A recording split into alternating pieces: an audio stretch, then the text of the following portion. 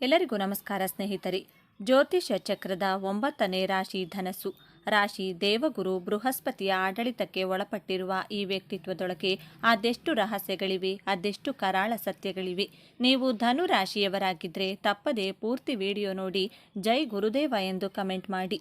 ಸದಾ ಸ್ವಾತಂತ್ರ್ಯವನ್ನ ಪ್ರೀತಿಸುವ, ಜ್ಞಾನದ ದಾಹವನ್ನ ಹೊಂದಿರುವ, ಸತ್ಯದ ಹಾದಿಯಲ್ಲಿ ಸಾಗಲು ಯಾವುದಕ್ಕೂ ಅಂಜದ, ಮುಖದ ಮೇಲೆ ಸದಾ ನಗುವನ್ನ ಹೊತ್ಕೊಂಡು ಎಲ್ಲರನ್ನ ನಗಿಸುವ, ಆದರೆ ಆ ನಗುವಿನ ಹಿಂದೆ ಜಗತ್ತಿನ ಜ್ಞಾನವನ್ನೇ ಅಡಗಿಸಿಕೊಂಡಿರುವ ವ್ಯಕ್ತಿಗಳೇ ಧನು ರಾಶಿಯವರು. ಈ ಧನಸ್ಸು ರಾಶಿಯವರು ಜೀವನ ಪರ್ಯಂತ ಹೇಗೆಲ್ಲ ಇರ್ತಾರೆ ಎಂದು ನೋಡೋದಾದ್ರೆ, ಯಾವಾಗಲೂ ಸಹ ಕಷ್ಟವಾದ ಕೆಲಸಗಳನ್ನೇ ಮಾಡ್ತಾರೆ. ಅಂದರೆ ಕತ್ತೆಯ ಬೆನ್ನಿಗೆ ಮೇಲೆ ತುಂಬ ಭಾರವಾದ ವಸ್ತುಗಳನ್ನು ಇರಿಸಿ ಹೇಗೆಲ್ಲ ಕೆಲಸ ಮಾಡಿಸ್ತಾರೋ ಅದೇ ರೀತಿಯಾಗಿ ಮಳೆ, ಗಾಳಿ, ಬಿಸಿಲು, ಚಳಿ ಇದ್ಯಾವುದನ್ನು ಲೆಕ್ಕಿಸದೆ ಕೆಲಸಗಳನ್ನು ಮಾಡ್ತಾ ಇರ್ತಾರೆ. ಅಷ್ಟು ಶ್ರಮವನ್ನು ಪಡ್ತಾರೆ, ಕಟ್ಕೊಂಡು ಯಾವಾಗಲೂ ಕೆಲಸ ಮಾಡ್ತಾನೆ ಇರ್ತಾರೆ. ರಾಶಿಚಕ್ರದ 9ನೇ ರಾಶಿ ಧನು ರಾಶಿಯ ಬಗ್ಗೆ ಎಂದು ನಾವು ಸಂಪೂರ್ಣವಾಗಿ ತಿಳಿದುಕೊಳ್ಳೋಣ. ಧನು ರಾಶಿಯ ಚಿಹ್ನೆಯನ್ನ ಗಮನಿಸಿದ್ದೀರಾ? ಅರ್ಧ ಮನುಷ್ಯ, ಅರ್ಧ ಕುದುರೆ, ಕೈಯಲ್ಲಿ ಬಿಲ್ಲು ಬಾಣವನ್ನ ಹಿಡಿದು ಗುರಿ ಇಟ್ಟಿರುತ್ತದೆ. ಇದು ಕೇವಲ ಒಂದು ಚಿಹ್ನೆಯಲ್ಲ, ಧನು ರಾಶಿಯವರ ವ್ಯಕ್ತಿತ್ವದ ಸಂಪೂರ್ಣ ಚಿತ್ರಣ. ಕುದುರೆಯ ಭಾಗವು ಅವರ ಸ್ವಾತಂತ್ರ್ಯದ ಪ್ರೀತಿ, ಅವರಲ್ಲಿರುವ ಅಪಾರ ಶಕ್ತಿ ಮತ್ತು ಸದಾ ಚಲನಶೀಲವಾಗಿರುವ ಸ್ವಭಾವವನ್ನು ಪ್ರತಿನಿಧಿಸುತ್ತದೆ. ಅವರನ್ನು ಒಂದೇ ಕಡೆ ಕಟ್ಟಿ ಹಾಕುವುದು ಅಸಾಧ್ಯ. ಇನ್ನು ಮನುಷ್ಯನ ಭಾಗವು ಅವರ ಬುದ್ಧಿವಂತಿಕೆ, ಜ್ಞಾನ ಮತ್ತು ತಾತ್ವಿಕ ಚಿಂತನೆಗಳನ್ನು ತೋರಿಸುತ್ತದೆ. ಕೈಯಲ್ಲಿರುವ ಬಿಲ್ಲು ಬಾಣ, ಅವರು ಯಾವಾಗಲೂ ಒಂದು ಗುರಿಯನ್ನ ಹೊಂದಿರುತ್ತಾರೆ, ಸದಾ ಮುಂದಕ್ಕೆ ನೋಡ್ತಾರೆ ಮತ್ತು ಸತ್ಯವನ್ನ ಹುಡುಕುತ್ತಿರುತ್ತಾರೆ ಎಂಬುದರ ಸಂಕೇತ. ಈ ರಾಶಿಯ ಅಧಿಪತಿ ದೇವಗುರು ಬೃಹಸ್ಪತಿ. ಬೃಹಸ್ಪತಿಯು ಜ್ಞಾನ, ವಿಸ್ತಾರ, ಅದೃಷ್ಟ ಮತ್ತು ಆಶಾವಾದಕಾರಕ.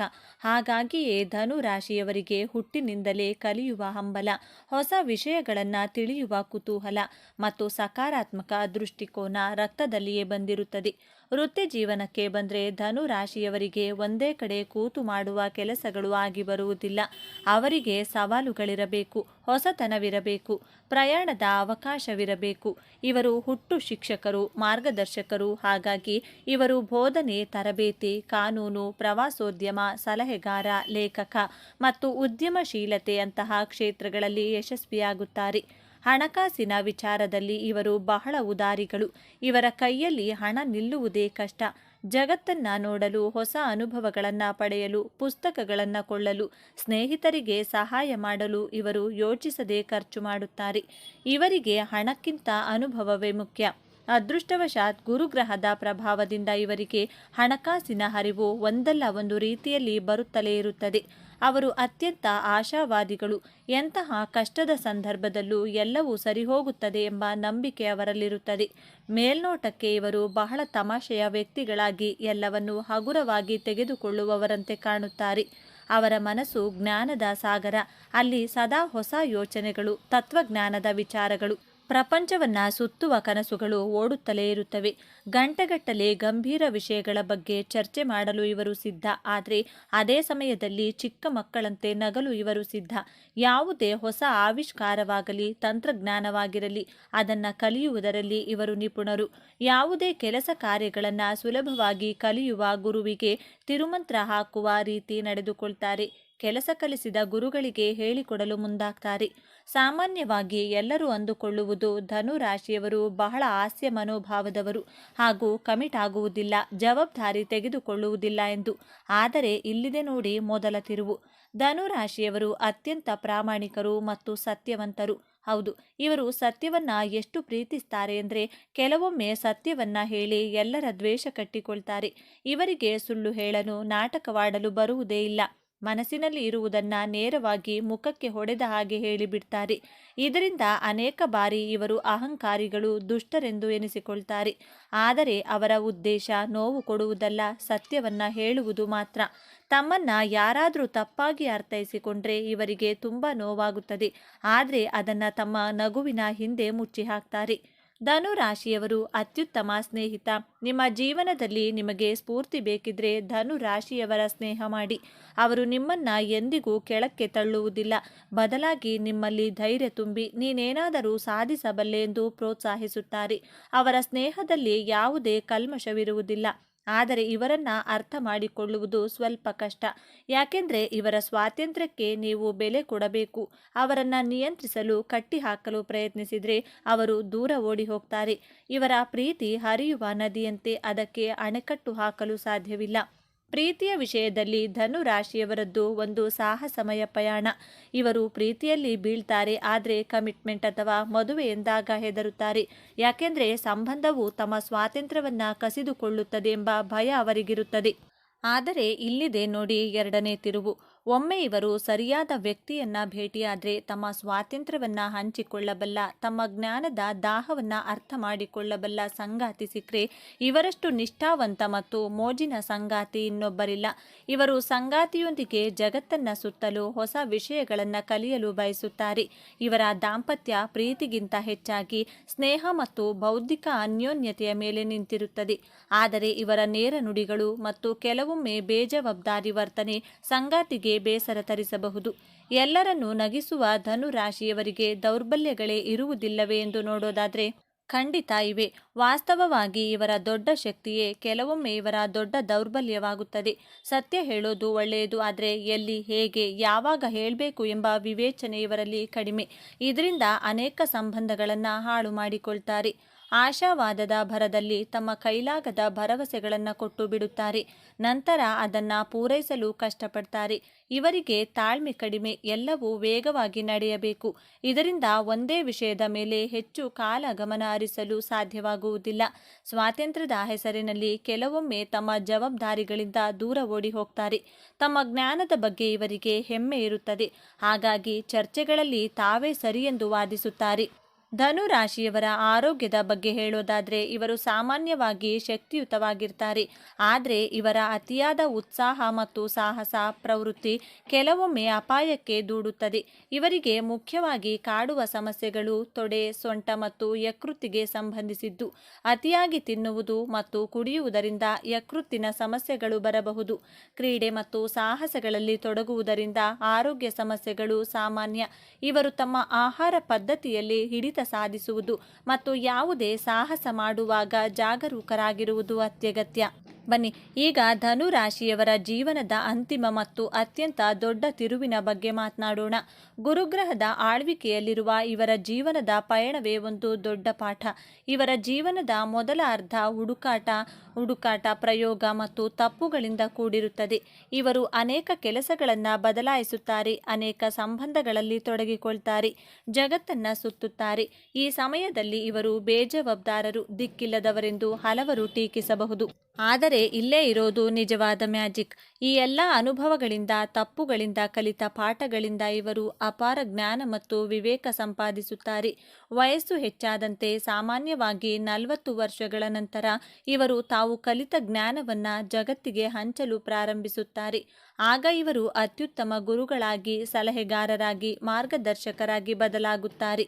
ಯಾರು ಇವರನ್ನ ನೋಡಿ ನಕ್ಕಿದ್ದರೂ ಅವರೇ ಇವರ ಬಳಿ ಸಲಹೆ ಕೇಳಲು ಬರುತ್ತಾರೆ.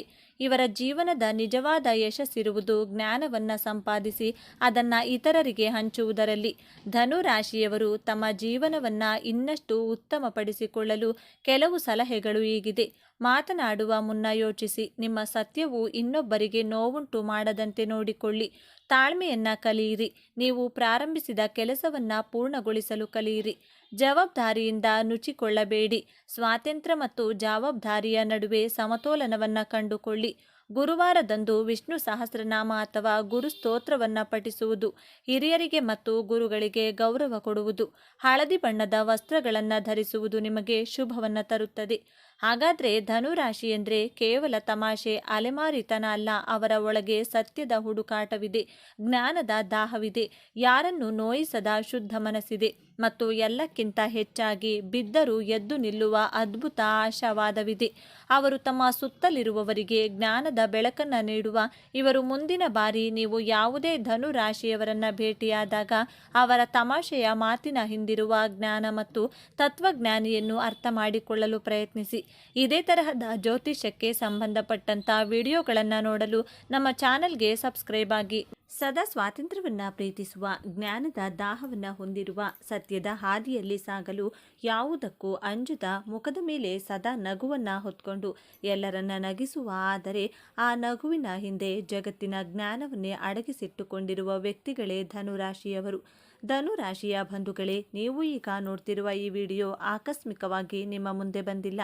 ನಿಮ್ಮ ಜೀವನದ ಅತ್ಯಂತ ನಿರ್ಣಾಯಕ ಘಟ್ಟದಲ್ಲಿ ನಿಂತಿರುವ ನಿಮಗೆ ನಿಮ್ಮ ಇಷ್ಟ ದೇವರು ಅಥವಾ ನಿಮ್ಮ ಗುರುದೇವರು ಒಂದು ಪ್ರಮುಖ ಸಂದೇಶವನ್ನ ನೀಡಲು ಬಯಸಿದ್ದಾರೆ. ನೀತಿ ನಿಯಮಗಳಿಗಿಂತ ತನ್ನ ಮನಸಾಕ್ಷಿಯನ್ನ ನಂಬುವಂತ ಧನಸ್ಸು ರಾಶಿಯವರೇ, ನಿಮ್ಮ ಜೀವನದ ಯಶಸ್ಸಿನ ಗುಟ್ಟುಗಳು ಈ 5 ಪ್ರತಿಜ್ಞೆಯಲ್ಲಿ ಅಡಗಿದೆ. ನೀವು ನಿಮ್ಮ ಜೀವನದಲ್ಲಿ ಅಭಿವೃದ್ಧಿಯಾಗಲು, ಸುಖ, ಶಾಂತಿ, ನೆಮ್ಮದಿಯಾಗಿರಲು ಯಾವ 5 ಪ್ರತಿಜ್ಞೆಗಳನ್ನು ಕೈಗೊಳ್ಳಬೇಕು ಎಂಬಂತ ಇಂಟ್ರೆಸ್ಟಿಂಗ್ ವಿಚಾರಗಳನ್ನು ಈ ವಿಡಿಯೋದಲ್ಲಿ ತಿಳಿಸಿಕೊಡಲಿದ್ದೇನೆ. ಇದು ನಿಮಗಾಗಿ ಬಂದಿರುವ ದೈವಿಕ ಸಂದೇಶ. ಹಾಗೆ ಜೈ ಗುರು ರಾಘವೇಂದ್ರ ಎಂದು ಕಮೆಂಟ್ ಮಾಡಿ, ಹಾಗೆ ವಿಡಿಯೋಗೆ ಲೈಕ್ ಮಾಡಿ. ಹೌದು, ಧನುರಾಶಿಯವರು ನಿಮಗೆ ನೀವೇ ರಾಜರು, ನಿಮಗೆ ನೀವೇ ಮಂತ್ರಿಗಳು ಅಂದುಕೊಳ್ಳುತ್ತೀರಾ? ಜೀವನದಲ್ಲಿ ತುಂಬ ಒಂಟಿಯಾಗಿರುವವರು ಧನುರಾಶಿಯವರೇ. ಆ ಒಂಟಿತನದಲ್ಲಿಯೇ ಅದ್ಭುತವಾದಂತಹ ಜ್ಞಾನವನ್ನು ಕಲಿಯುವವರು ಧನಸ್ಸು ರಾಶಿಯವರೇ. ಧನಸ್ಸು ರಾಶಿಯವರಿಗೆ ಯಾವುದೇ ವಿಚಾರವಾದರೂ ಮೊದಲಿಗೆ ಬರುವುದು ನೆಗೆಟಿವ್ ಥಾಟ್ಸ್, ಆನಂತರನೇ ಪಾಸಿಟಿವ್ ಆಗಿ ಥಿಂಕ್ ಮಾಡೋದು ನೀವು. ಆದರೆ ಕನ್ಯಾ ರಾಶಿಯವರು ಎಲ್ಲದರಲ್ಲಿಯೂ ಮೊದಲು ಪಾಸಿಟಿವ್ ಅನ್ನು ಹುಡುಕಿ ಆಲೋಚನೆ ಮಾಡಿ ನಂಬಿಕೆ ದ್ರೋಹಕ್ಕೆ ಒಳಗಾಗುತ್ತಾರೆ.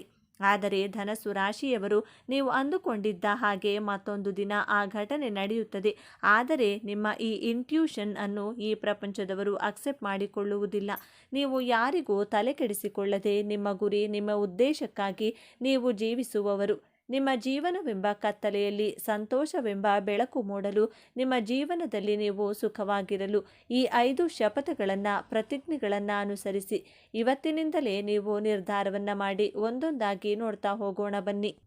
ಧನಸ್ಸು ರಾಶಿಯವರು ಮಾಡಬೇಕಾದಂತಹ ಮೊದಲನೇ ಶಪಥ, ಪ್ರತಿಜ್ಞೆ ಯಾವುದು ಅಂತ ನೋಡೋದಾದರೆ, ಸಾಕ್ಷಿ ಆಧಾರಗಳಿಲ್ಲದೆ ಯಾರ ಜೊತೆಯಲ್ಲಿಯೂ ವ್ಯವಹಾರವನ್ನು ಮಾಡಬಾರದೆಂಬ ಪ್ರತಿಜ್ಞೆ. ನೀವು ಯಾರಿಗಾದರೂ ಹಣ ಕೊಟ್ಟರೂ, ಹಣವನ್ನು ತೆಗೆದುಕೊಂಡರೂ ಒಂದು ಪ್ರೂಫನ್ನು ಇಟ್ಕೊಳ್ಳಿ. ಇಲ್ಲದಿದ್ದರೆ ನಿಮ್ಮ ಬಳಿ ವ್ಯವಹಾರ ಮಾಡಿದವರು ನಿಮಗೆ ನಂಬಿಕೆ ದ್ರೋಹ ಮಾಡುವಂತಹ ಸಾಧ್ಯತೆಗಳು ಹೆಚ್ಚಾಗಿದೆ. ಧನಸ್ಸು ರಾಶಿಯವರು ಸಹಾಯ ಮಾಡುವಂತಹ ಗುಣದವರು, ಕನಿಕರ ಜಾಸ್ತಿ. ನಿಮಗೆ ಯಾರಾದರೂ ಕಷ್ಟ ಅಂದರೆ ಅವರ ಕಷ್ಟಗಳಿಗೆ ಸ್ಪಂದಿಸುವಂತಹ ಜೀವ ನಿಮ್ಮದು. ಆದರೆ ನಿಮ್ಮ ಈ ಒಳ್ಳೆಯತನವನ್ನು ಮಿಸ್ಯೂಸ್ ಮಾಡಿಕೊಂಡು ನಿಮ್ಮನ್ನು ಸಂಕಷ್ಟದಲ್ಲಿ ಸಿಲುಕಿಸುತ್ತಾರೆ. ಆದ್ದರಿಂದ ನೀವು ಯಾರ ಜೊತೆ ವ್ಯವಹಾರ ಮಾಡಿದರೂ ಆಧಾರವನ್ನು, ಸಾಕ್ಷಿಯನ್ನು ತೆಗೆದುಕೊಳ್ಳಿ. ಒಂದು ಅಗ್ರಿಮೆಂಟನ್ನು ಮಾಡಿಸಿಕೊಂಡು ಸೇಫ್ ಆಗಿ ನಿಮ್ಮ ಬಳಿ ಇಟ್ಟುಕೊಳ್ಳುವಂಥ ಶಪಥವನ್ನು ಇವತ್ತಿನಿಂದಲೇ ಪ್ರಾರಂಭ ಮಾಡಿ. ಎರಡನೆಯದಾಗಿ ಧನಸ್ಸು ರಾಶಿಯವರು ಕಾಯಕವೇ ಕೈಲಾಸ ಎಂಬಂಥ ಪ್ರತಿಜ್ಞೆಯನ್ನು ಪಾಲಿಸಬೇಕು. ನಿಮ್ಮ ಕೆಲಸವೇ ನಿಮ್ಮ ಶಕ್ತಿ, ನಿಮ್ಮ ಜೀವನದ ಅಸ್ತ್ರ.